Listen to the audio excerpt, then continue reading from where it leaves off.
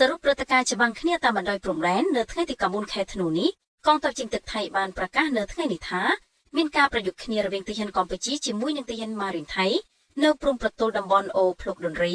ឃុំថ្មដាស្រុកវាលវែងខេត្តពោធិ៍សាត់និងភូមិចំរែកខេត្តត្រាតយុធាថៃអះអាងថាក្រោយការច្បាំងគ្នានេះពួកគេបានចូលកាន់កាប់ផ្ទៃចំនួន3ខ្នងដែលពួកគេចោទថាជាមូលដ្ឋានរបស់យុធាកម្ពុជាបន្ទាប់ពីមានការប្រយុទ្ធគ្នានៅវេលាម៉ោង5ទីភ្លឺ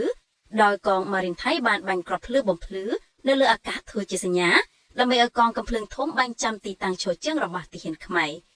ទោះជាយ៉ាងណានៅមុនការផ្ទុះអាវុធនេះថៃបានធ្វើផ្លូវទៅកាន់ផ្ទះ3ខ្នងនេះនៅក្បែរតំបន់អូភ្លុកដំរីឃុំថ្មដាស្រុកវាលវែងខេត្តពោធិ៍សាត់រួចហើយនិងបានបើកប្រតិបត្តិការរៅមីននៅតំបន់នោះដោយរកឃើញគ្រឿងផ្ទុះចាស់ៗដែលបន្សល់ទុកតាំងពីសម័យសង្គ្រាមស៊ីវិលរបស់ខ្មែរកន្លងមកថៃបានធ្លាប់បានទាមទារកាន់កាប់ទីតាំងផ្ទះស្ទាំង3ខ្នងនេះជាច្រើនដងមកហើយខណៈដែលតំបន់នេះគឺជាទីតាំងឈរជើងរបស់យោធាកម្ពុជាតាំងពីទសវត្សរ៍ឆ្នាំ80មកម្លេះ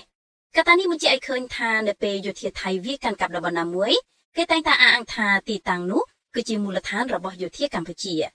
ទោះជាយ៉ាងណាប្រភពពីកងទ័ពថៃនៅខេត្តត្រាតបានអាងថាទាហានថៃបានបាញ់សន្ធប់កំភ្លើងធំជាច្រើនម៉ោងមកលើតំបន់អូភ្លុកដំរីឃុំថ្មដាស្រុកវាលវែងខេត្តពោធិ៍សាត់ក្នុងគោលដៅកំទេចទីតាំងឈរជើងរបស់កម្ពុជាចំណែកនៅទីក្រុងបាក់កកវិញរដ្ឋាភិបាលថៃបានដឹកនាំក្រុមអ្នកនាំពាក្យយោធាដើម្បីថ្លែងការណ៍មូលបង្កើតកម្ពុជាស្ដីពីស្ថានភាពព្រំដែនទៅកាន់បេសកកម្មទូតនិងអង្គការអន្តរជាតិមកពី73ប្រទេសពួកគេបានប្រាប់ទៅទូតនិងអង្គការអន្តរជាតិថាភាគីកម្ពុជាបានបន្តការវាយប្រហាររបស់ពួកគេ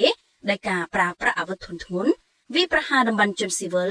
ដោយបង្ខំឲ្យមានការជម្លៀសជនស៊ីវិលទៅកាន់ទីជម្រកជាដើម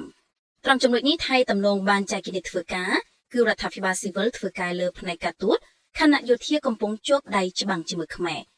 ដោយឡែកនាយករដ្ឋមន្ត្រីថៃលោកអនុទីននៅថ្ងៃនេះបដិញ្ញាជាថ្ងៃម្ដងទៀតថានឹងកំទេចកម្ពុជាឲ្យដោសភាពមើលលែងយល់និងបាក់ស្បាតរយៈពេលយូរលោកអនុទីនបានលើកឡើងថាសង្គ្រាមនៅតំបន់ព្រំដែនរវាងកម្ពុជានិងថៃនៅពេលនេះបញ្ឈប់លែងបានហើយដោយរដ្ឋាភិបាលស៊ីវិលរបស់លោកនឹងគ្រប់គ្រងប្រតិបត្តិការរបស់យោធាថៃ 100% ដើម្បីកំទេចកម្ពុជាឲ្យដល់ទីជុំបន្ទាប់និងអស់លទ្ធភាពលោកអនុទីនបានអះអាងថាលោកបានផ្ដល់ភ្លើងខៀវឲ្យកងទ័ពថៃរួចហើយដើម្បីគ្រប់គ្រងគ្រប់បែបយ៉ាងដល់ប្រតិបត្តិការរបស់ក្រមយោធាថៃនៅក្នុងការទន្ទ្រានទឹកដីខ្មែរការថ្លែងរបស់លោកអនុទីននេះបានស្ដារប្រជាប្រិយភាពសម្បើមណាស់ពលតាំងពីថ្ងៃចាប់ផ្ដើមនៃការប៉ះទង្គិចគ្នានៅព្រំដែនបន្ទាប់ពីលោកត្រូវពលរដ្ឋថៃបន្ទោសថាជាមេដឹកនាំគ្មានបានការដែលមិនអាចដោះស្រាយរឿងទឹកជំនន់បានទោះជាយ៉ាងណាការប្រយុទ្ធគ្នានៅថ្ងៃនេះភាគីថៃហាក់បានបញ្ចេញសអាវុធកាន់តែច្រើននិងទំនើបទៅដោយថៃបានបញ្ចេញកំភ្លើងធំពិសេសដែលអាចបាញ់បានច្រើនគ្រាប់ក្នុងពេលបន្តគ្នាដែលអាចបាញ់បានរយៈចម្ងាយឆ្ងាយចំណែកនៅលើអាកាសវិញក្រៅពីយន្តហោះ F-16 របស់អាមេរិកថៃបានបញ្ចេញយន្តហោះចម្បាំងគ្រឿងផែនដែលទិញពីប្រទេសស៊ុយអែតមកវាយប្រហារកម្ពុជាទៀតផង